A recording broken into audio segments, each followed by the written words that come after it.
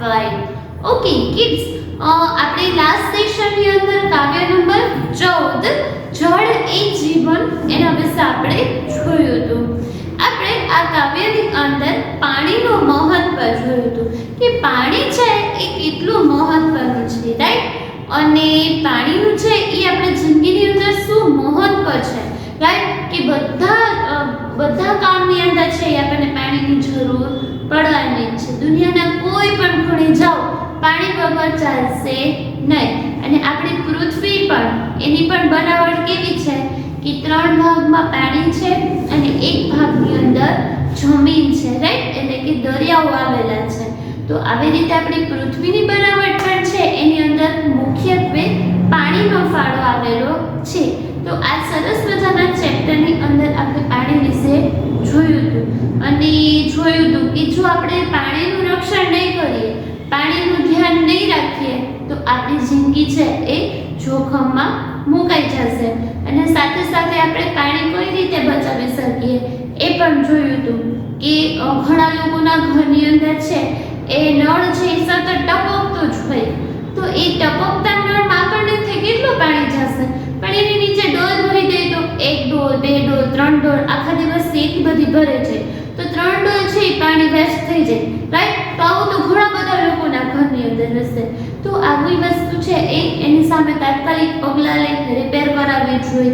ઘણા લોકો છે બ્રશ કરે એટલી વખત નળ ચાલુ જ રાખે, પણ આપણને જ્યારે જરૂર હોય ત્યારે આપણે નળને ખોલવો જોઈએ. ઘણા લોકો ઉનાળામાં એમ થાય કે બહુ ગરમી થાય છે તો 3 વખત છે એ શાવર નીચે ઊભા રહી જાય છે, રાઈટ? તો છે ને શાવરમાં સૌથી વધારે પાણી બગડે, એના બદલે તમે બકેટમાં પાણી લઈને નાહો તો પાણી ઓછું જોઈએ છે. તો આ રીતે પાણી બચાવવાના છે ને એ આપણે ઉપાયો જોવા જોઈએ. મેં તમને વાત કરી હતી કે જ્યારે દુકાળ પડે ને ત્યારે છે ને પરિસ્થિતિ ખૂબ જ ગંભીર હોય, ખૂબ જ દયનીય હોય કે લોકોને છે ને એક બૂંદ માટે છે ને એ તડપવું પડતું હોય છે. માણસ તો છે એ માગીને પાણી પી લેશે, પણ ખરાબ હાલત કોની થશે તો કે પશુ પંખીઓની થશે. ઘણી વખત આપણે છાપામાં ફોટાઓ પણ જોઈએ છીએ કે પાણીના અભાવના લીધે છે એ પશુઓ છે એનું મૃત્યુ થયું, પંખી છે એ મરી જાય, રાઈટ? તો આ બધા લોકો માટે છે ને પાણી ખૂબ મહત્વનું છે. દરેક સજીવ માટે પાણી મહત્વનું છે. તો આપણા માટે તો નહીં, પણ આવા મૂંગા પશુઓ માટે તો આપણે પાણી બચાવવું જોઈએ, રાઈટ? અને પાણી છે ને એ લોકો દૂષિત બહુ કરી રહ્યા છે, ખરાબ કરી રહ્યા છે. કારણ કે અત્યારે કારખાનાઓ, ફેક્ટરીઓ એ બધું વધી ગયું છે. તો લોકો પોતાનો જે કચરો હોય એ ડાયરેક્ટ નદીની અંદર જાય એવી વ્યવસ્થા કરે છે. તો આવું ના કરવું જોઈએ. તમને ખબર છે કે ભારતની સૌથી પવિત્ર નદી કઈ છે? સૌથી પવિત્ર નદી તો કે ગંગા છે એ સૌથી પવિત્ર નદી છે. તો ગંગા છે ને એ ખૂબ દૂષિત થઈ ગઈ છે. લોકો એમ કહે કે ગંગામાં સ્નાન કરવાથી પાપ છે એ ધોવાય છે, પણ અત્યારે તો ગંગા જ એટલી મેલી થઈ ગઈ છે કે અહીંયા નહીં, ગુજરાતની અંદર નહીં પણ ગુજરાતની બહારના અમુક રાજ્યો છે ને ત્યાં એવું હોય કે ડેડ બોડી હોય એને ગંગામાં પધરાવી દે. તો હવે આવા તો કેટલા લોકોના ડેડ બોડી આવતા હોય. તો આવે બધાના કારણે છે ગંગા કેવી થઈ ગઈ છે? પ્રદૂષિત થઈ ગઈ છે, દૂષિત થઈ ગઈ છે, રાઈટ? મેલું થઈ ગયું છે.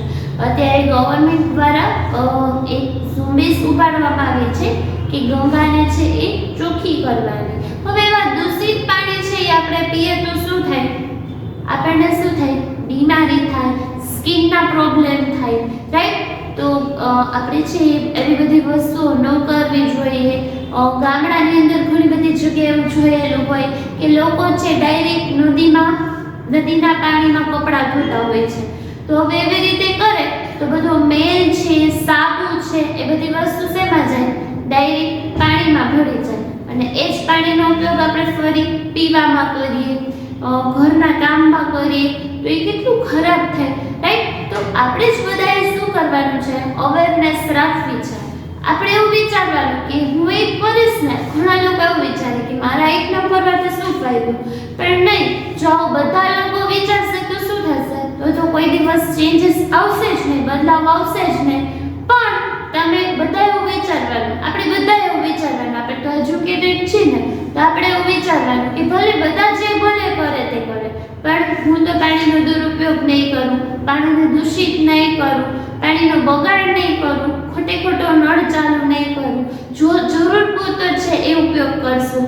તમને ખબર છે કે મહાત્મા ગાંધી છે ને એ કયા આશ્રમમાં રહેતા? સાબરમતી આશ્રમમાં રહેતા, રાઈટ? તો સાબરમતી આખી નદી પસાર થાય, ત્યાંથી સાબરમતી નદી પસાર થાય, તો નદીની અંદર કેટલું પાણી હોય? કેટલું બધું પાણી હોય ને, આપણે માપી શકીએ? ન માપી શકીએ. પણ આપણા મહાત્મા ગાંધી એટલે કે આપણા બાપુ છે ને, એ જ્યારે દાતણ કરવા બેસે ત્યારે શું કરે? એક લોટો જ લે. ધારે તો એ ગમે તે કરી શકે ને, ગમે એટલું પાણી કરી શકે, પણ એ શું કરે? લોટાનો જ ઉપયોગ કરે ને એ જ લોટાની અંદર છે એને પોતે દાંતણ છે એ કરી લેતા હતા, રાઈટ? કોકે એને પૂછ્યું કે કેમ આવું કરો છો? તો એમ કે છે કે કરકસર કરવી ને એ આપણા હાથની વસ્તુ છે, કે વસ્તુનો દુરુપયોગ કરવો ને એનાથી કાંઈ ફાયદો નથી. તો જો આપણને એનામાંથી પણ પ્રેરણા મળે છે કે આપણે કરકસર કરવી જોઈએ. તો આ ચેપ્ટરની અંદર આપણે જોઈ ગયા કે પાણી છે ને એ કેવું છે? અમૂલ્ય રત્ન છે, જેનું મૂલ્ય ના આપી શકીએ, બરાબર ને? અને પાછું કેવું છે? અણમોલ છે, બહુ આમ ઇઝીલી મળી જાય એવું પણ નથી, રાઈટ?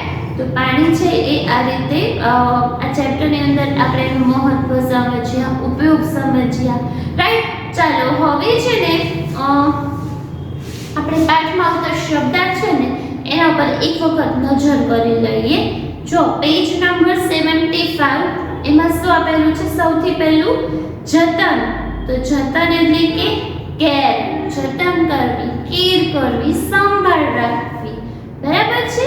ત્યારબાદ બેરાલ, તો ડિઝોલેટ. ત્યારબાદ હેરાન, ટ્રબલ. પાણી વગર છે માણસો શું થઈ જાય? હેરાન થઈ જાય, ટ્રબલ. ત્યારબાદ રતન, તો રતન તો જેમ્સ, રતન તો જેમ્સ. ત્યારબાદ રક્ષણ, પાણીનું શું કરવું જોઈએ? આપણે રક્ષણ કરવું જોઈએ, પ્રોટેક્શન કરવું જોઈએ. પરેશાન, તો પણ ટ્રબલ થાય, હેરાન પરેશાન. આપણે સાથે બોલી કે હેરાન પરેશાન થઈ ગયા, તો બંનેનો મીનિંગ કેવો થશે? સેમ. એટલે એનો ઇંગ્લિશ વર્ડ પણ ટ્રબલ સેમ જ થશે. ત્યારબાદ અમૂલ્ય, તો પ્રેસિયસ. ત્યારબાદ બૂંદ, બૂંદ તો ડ્રોપ, કે એક એક બૂંદથી છે એ શું થાય? સરોવર ભરાય છે, રાઈટ?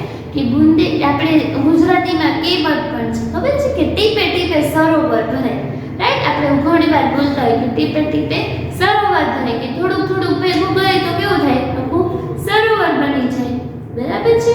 તો આ રીતે આપણા પાઠના શબ્દાર્થ પણ જોઈ લીધા. ત્યારબાદ જોઈએ કે પ્રશ્ન જવાબ. તો શું આપેલું છે? નીચે આપેલ પ્રશ્નોના ઉત્તર લખો. જો હવે એમાં આપણને પ્રશ્ન કરેલો છે કે જળ વગર છે એ કોણ કોણ હેરાન થઈ જાય? જળ વગર કોણ કોણ હેરાન થઈ જાય? તો કે જળ વગર જગતના તમામ જીવો હેરાન થઈ જાય. તમામ જીવો કોણ કોણ આવે? પશુ પક્ષી, માણસો, વૃક્ષો, બધા લોકો છે એ હેરાન થઈ જાય. જળ વગર આ રીતે બધા લોકો હેરાન થઈ જાય. ત્યારબાદ જોઈએ તો જળને શા માટે અમૂલ્ય રતન કહ્યું છે? અમૂલ્ય રતન છે કે જેનું મૂલ્ય ના આપી શકે એવું અમૂલ્ય. કારણ કે આપણે પાણીની બનાવટ કરી શકીએ છીએ અને પાણી પણ કેવું? મીઠું પાણી, મીઠા પાણીનો આપણે ઉપયોગ કરી શકીએ, બરાબર? દરિયાની અંદર રહેલું દરિયાની અંદર તો કેટલું બધું પાણી છે, પણ એ પાણીને આપણે ઉપયોગમાં લઈ શકીએ? પી શકીએ આપણે એ પાણીને? ન પી શકીએ, કારણ કે કેવું છે? ખારું પાણી છે. હવે અત્યારે ટેકનોલોજી એટલી વિકસી છે, તો હમણાં જ કચ્છની અંદર નરેન્દ્રભાઈ મોદી આપણા વડાપ્રધાન છે ને, એને એવા પ્લાન્ટનું છે એમને ઉદ્ઘાટન કર્યું કે જેમાં દરિયાનું પાણી છે ને એ મીઠું થઈ જાય. શું થઈ જાય? દરિયાનું પાણી મીઠું થઈ જાય. તો એવી વિજ્ઞાન છે એ ટ્રાય કરે છે, સાયન્ટિસ્ટ લોકો છે એ ટ્રાય કરે છે કે દરિયાના પાણીને મીઠું કરીને આપણે ઉપયોગમાં લઈ શકીએ. પણ એ બધી કેવી વસ્તુ છે? અમલમાં આવે, બધી જગ્યાએ એવું થવા માંડે તો એને શું થાય? ટાઈમ લાગે ને સમય લાગે. પણ એમ છતાં પણ આપણે શું કરવું જોઈએ? પાણીનો સદુપયોગ કરવો જોઈએ. જો વરસાદ તો છે ને ભગવાન બધી જગ્યાએ સરખો આપે જ છે, કે એવું નથી કરતા કે ચાલો અહીંયા નથી દેવો, અહીંયા નથી દેવો. હા, અમુક પ્રદેશો એવા છે કે જેમાં ઓછો વરસાદ પડે છે, પણ આપણને જે વરસાદનું પાણી મળે છે એ પાણીને છે ને આપણે સારી રીતે સ્ટોરેજ કરવું જોઈએ. હવે ઇજિપ્ત નામનો દેશ છે ને, ઈરાન નામનો દેશ છે ને, સોરી ઇજિપ્ત ને ઈરાન, ત્યાં છે ને ખૂબ ઓછો વરસાદ પડે છે, પણ ત્યાં છે ને લોકો એટલા ઓછા વરસાદની અંદર પણ છે ને શું કરે છે? પોતે ખેતી કરી લે છે અને એનો પાક છે ને એ બીજા દેશને પોતે શું કરે છે? વેચી દે છે, રાઈટ? તો એ લોકો શું કરે છે? પાણીનો સંગ્રહ કરી રાખે છે, રાઈટ? તો આપણે પણ વરસાદ, આપણા ગુજરાતની અંદર તો ખૂબ પ્રમાણમાં વરસાદ થાય છે. મેં રાજકોટની અંદર તો ખૂબ પ્રમાણમાં વરસાદ થાય જ છે, જેટલો થવો જોઈતો હોય એટલો થાય જ છે, એનાથી ઓછો નથી થતો. તો આપણે શું કરવું જોઈએ? એ વરસાદી પાણીનો સંગ્રહ કરી રાખવો જોઈએ. સંગ્રહ કઈ રીતે કરી શકીએ? તો કે જમીનની નીચે ટાંકાઓ બનાવે છે, તો એ ટાંકાઓ ભૂગર્ભની અંદર, રાઈટ? તો એવી રીતે ટાંકાઓનો બનાવી અને આખા વર્ષનું પાણી છે એ ટાંકામાં લોકો સંગ્રહ કરીને રાખી શકે એવી વ્યવસ્થા પોસિબલ છે. તો આપણે એ તરફ વળવું જોઈએ કે જે વરસાદનું પાણી આવે એને સ્ટોર કરી અને આખું વર્ષ એનો ઉપયોગ કરીએ તો પાણીનો કેટલો સરસ બચાવ થયો કે ભાઈ, થાય ને એવું? તો આવી રીતે પાણીને છે ને બચાવવાના કંઈક ને કંઈક આપણે ઉપાયો વિચારવા જોઈએ, રાઈટ? તો આ રીતે જળ છે ને એ ખૂબ અમૂલ્ય છે કે જેની આપણે કિંમત ના રાખી શકીએ. આપણે બનાવી શકીએ છીએ પાણી, ઘરે બનાવી શકીએ કોઈ પણ વ્યક્તિ, સાયન્ટિસ્ટ લોકો બનાવી શકે પાણી, ન બનાવી શકાય. એટલા માટે એને શું કીધું? એ અમૂલ્ય રત્ન છે, બરાબર છે? ચાલો ત્યારબાદ પેજ જોઈએ. એમાં ક્વેશ્ચન નંબર 2 છે કાવ્ય પંક્તિ પૂર્ણ કરો. તો એમાં તમને જળનું કરો, પછી ડેશ ડેશ અને નીચેની લાઈનમાં હેરાન, એ લાઈન પૂરી કરવાની છે આગળમાંથી જોઈ, અને સેકન્ડમાં જળ વગર ધરતીથી કરો જતન, ત્યાં સુધીની લાઈન છે એ તમારે પૂરી કરવાની છે. તો આ વસ્તુ તમારે જાતે કરવાની રહેશે. Okay okay. ત્યારબાદનો ક્વેશ્ચન શું આપેલું છે કિડ્સ? વાત શબ્દની. શું આપેલું છે? વાત શબ્દની. જો એમાં શું આપેલું છે? જાતિ ઓળખો. અમુક તમને શબ્દો આપેલા છે, એનું શું કરવાનું છે? તમારી જાતિ ઓળખવાની છે, બરાબર? હવે આ શબ્દો છે ને મેં બોર્ડ ઉપર લખી લીધેલા છે. હવે એ શબ્દોની આપણે જાતિ ઓળખીએ. જાતિ ઓળખીએ એમાં કઈ કઈ જાતિ હોય? સૌથી પહેલા તો નારી જાતિ, સૌથી પહેલા તો નર જાતિ, નારી જાતિ, અને ત્રીજી કઈ આવે? નાન્યતર જાતિ. કઈ આવશે ત્રીજી? નાન્યતર જાતિ, બરાબર છે? ઓકે. નર જાતિનો કયો શબ્દ છે? તો કે કેવું. નર જાતિનો કીવર્ડ શું છે? કેવું, રાઈટ? સોરી,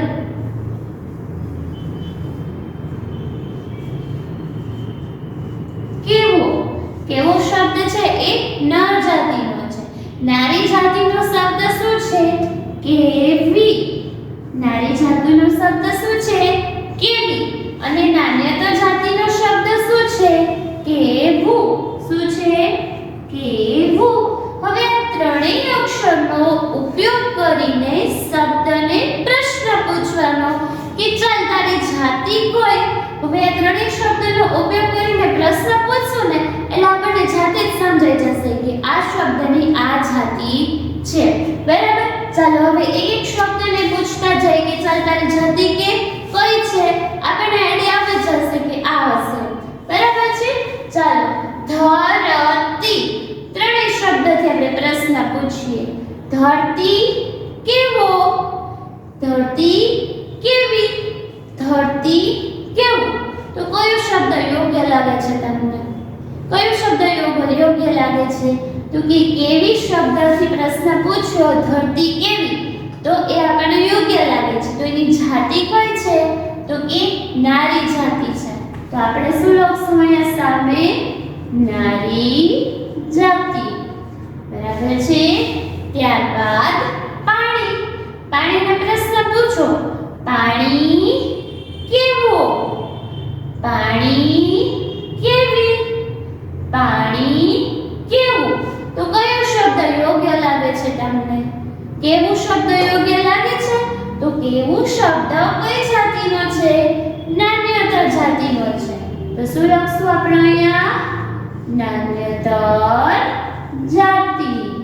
બરાબર છે. ત્યારબાદ જીવન. ત્રણેય શબ્દનો ઉપયોગ કરીને પ્રશ્ન પૂછીએ. જીવન કેવું, જીવન કેવી, જીવન કેવું. કયો શબ્દ યોગ્ય લાગ્યો? કેવું શબ્દ યોગ્ય લાગ્યો ને? તો એની જાતિ કઈ છે?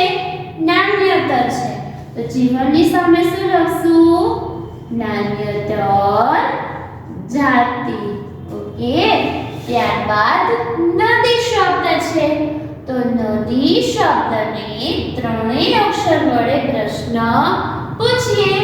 નદી કેવો, નદી કેવી, નદી કેવું. કયું યોગ્ય લાગે છે તમને? તો કે નદી કેવી છે યોગ્ય લાગે છે. બરાબર. તો કઈ જાતિનો છે કેવી શબ્દ? નારી જાતિનો. તો નદીની સામે શું લખશું? નારી જાતિ. બરાબર છે. ત્યારબાદ જગત. કયો શબ્દ લખેલો છે? જગત. ત્રણેય અક્ષર વડે પ્રશ્ન પૂછીએ આપણે. જગત કેવો, જગત કેવો, જગત કેવી અને જગત કેવું. કયો શબ્દ યોગ્ય લાગે છે? જગત કેવી યોગ્ય લાગે છે ને તમને બધાને? નથી લાગતું? તો જગત કેવો, કેવો જગત છે, આ દુનિયા કેવો છે એવું કોઈ આપણે નથી લાગતું. શું આપણને યોગ્ય લાગે છે? કેવું. કેવું શબ્દ યોગ્ય લાગે છે. બરાબર. તો એ શબ્દ કઈ જાતિનો છે? નાન્યતર જાતિનો છે. તો જગતની સામે શું લખશું? નાન્યતર જાતિ. બરાબર છે બેટા? ઓકે. ત્યારબાદનો ક્વેશ્ચન જોઈએ. શું આપેલું છે? શબ્દાર્થ જોડો. શું આપેલું છે? શબ્દાર્થ જોડો. જો અહીંયા તમને શબ્દ આપેલા છે અને સામે એના અર્થ આડાવડા થઈ ગયા છે. તો આ શબ્દને એના અર્થ સુધી આપણે પહોંચાડવાના રહેશે. ચાલો સૌથી પહેલા શું આપેલું છે? તો કે ધરતી. તો ધરતી તો ટીપું, વિશ્વ, પાણી કે ભૂમિ શું થાય? તો કે ધરતી તો ભૂમિ થશે. શું થશે? ધરતી તો ભૂમિ. ત્યારબાદનો શબ્દ જોઈએ જળ. તો જળ તો પાણી, જળ તો પાણી. તો ચાલો કરી દઈએ. જળ તો પાણી. ત્યારબાદ જગ. તો જગ તો શું થશે? વિશ્વ. જગનો શું મતલબ થશે? વિશ્વ. જગ તો વિશ્વ. ત્યારબાદ શું શબ્દ આપેલો છે? બૂંદ. તો બૂંદનો મીનિંગ શું થશે? ટીપું. બૂંદ તો ટીપું. ફરી એક વખત જોઈ લેવું છે. ધરતી તો ભૂમિ, જળ તો પાણી, જગ તો વિશ્વ અને બૂંદ તો ટીપું. ઓકે. આ વસ્તુ તમારે પણ તમારી ટેક્સ્ટબુકની અંદર કરવાની રહેશે. ઓકે કિડ્સ, તો તમને સમજાણી આજની આપણે જે આપણે એક્સરસાઇઝ કરી એ સમજાણી. કઈ કઈ એક્સરસાઇઝ કરી? તો કે સૌથી પહેલા આપણે ક્વેશ્ચન આન્સર કર્યા. ક્વેશ્ચન આન્સર ખાલી આપણને કેટલા આપેલા છે? 2 જ આપેલા છે. આપણે એમાંથી થોડા વધારે બનાવીને લખશું આપણી CW ની અંદર, જેની PDF આ સેશનના અંતે તમને મળી જશે. સાથે સાથે હવે કિડ્સ આપણે કાવ્ય પંક્તિ પણ છે એ લખતા શીખવી છે. તો તમને જે ટેક્સ્ટબુકમાં સ્પેસ આપેલી છે ને એમાં તમારે જાતે છે એ જોવાનું કે કઈ લાઈનથી શરૂ થાય છે અને કઈ લાઈનથી પૂરું થાય છે. તો એટલી કાવ્ય પંક્તિ છે એ આપણે એનું પણ લેખન કરીશું. ત્યારબાદનો જે ક્વેશ્ચન છે જાતિ ઓળખો. તો જાતિ ઓળખો છે એ હવે તમને સમજાઈ ગયું કે કોઈ પણ શબ્દ આવે તમારે શું કરવાનું, જો એક્ઝામ હોય તો તમારે રફ પેજમાં લખી નાખવાના આ ત્રણેય શબ્દ, આ ત્રણેય જાતિ અને એના શબ્દો. પછી ત્રણેય વડે એને પ્રશ્ન પૂછી લેવાનો કે હાલ બોલ તારી જાતિ કઈ. અને આવું કરવાથી છે ને આપણો શબ્દ ક્યારેય ખોટો પડે નહીં. તો આવી રીતે છે ને જાતિ ઓળખોને આપણે સમજી લેવાનું. અને ત્યારબાદનો ક્વેશ્ચન જોયું આપણે શબ્દાર્થ જોડો.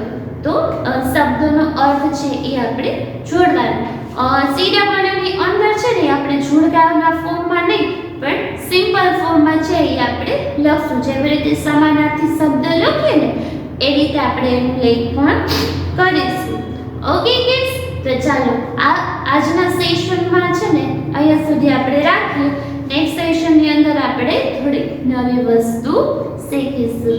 ઓકે, તો ચાલો ફરી મળશું નેક્સ્ટ લેક્ચરની અંદર.